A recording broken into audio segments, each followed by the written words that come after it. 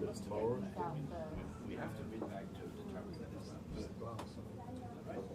went for a meal and he kept us waiting. We went there, we waited.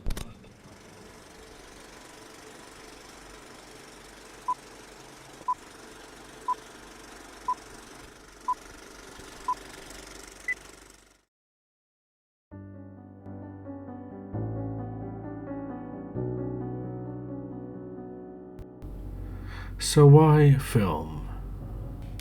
By its very nature, film is the most accessible form of storytelling.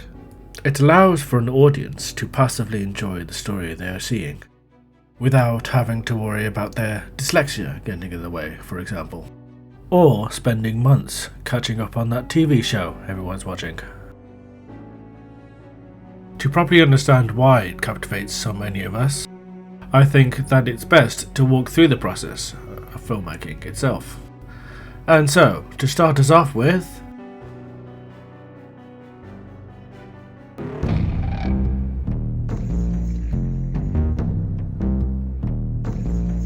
George and Brendan McCarthy and a couple of other storyboard artists basically wrote the story in storyboards. It was built from graphic. as that clip shows, there are no set rules in making a film, just as long as the core concept makes sense. And that concept can come from anywhere, from books to graphic novels to your own imagination. There is no limit to what you can make. Now to the quote-unquote boring stuff, scripting. Scripting by itself is fine, it's straightforward. You are giving instructions to your crew and to your actors.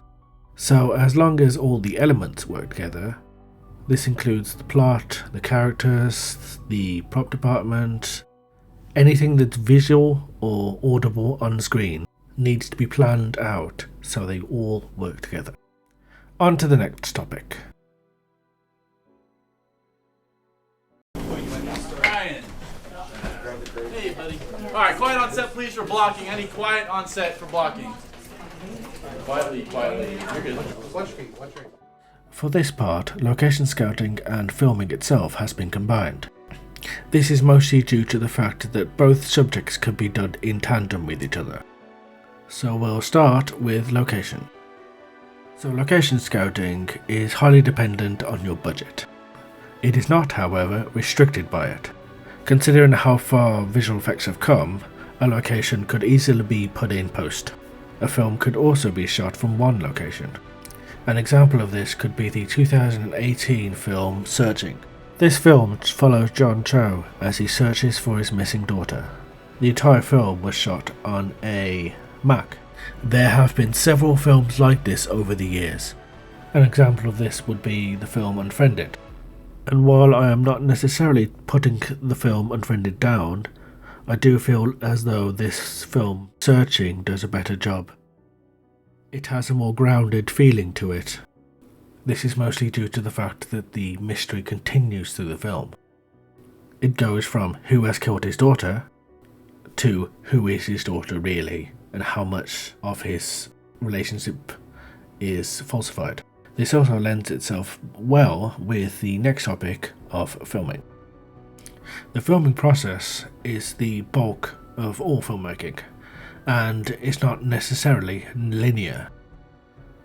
It goes with location, with time, what the scene needs basically.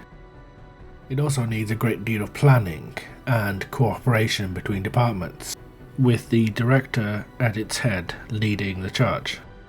The filming process also includes reshoots. This could be done for a variety of reasons, from studio executives not liking a particular part of the film, to test audiences not liking the overall tone of said film.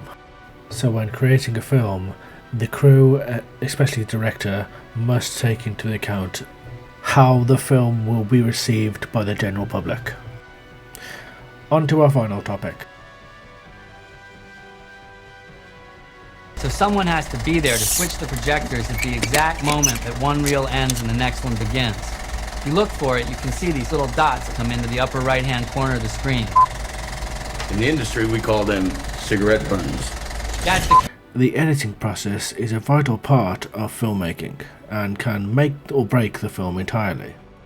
Overall, the editing process doesn't just cover editing the film together.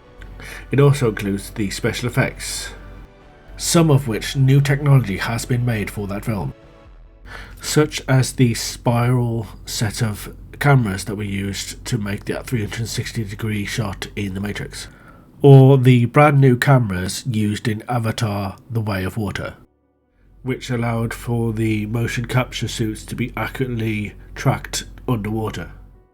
Editing also covers the sounds within the film. This could be diegetic sounds like a door opening or the radio, something a character within the film can hear, and non-diegetic sounds which are made just for the audience to hear alone. This could include voiceover or a soundtrack, or possibly a jump scare which only affects the audience and not the characters within the film. And so, to conclude everything, to answer the question as to why we choose film itself has a very cultural significance to all of us. It impacts how we think, how we feel, and how we perceive information given to us.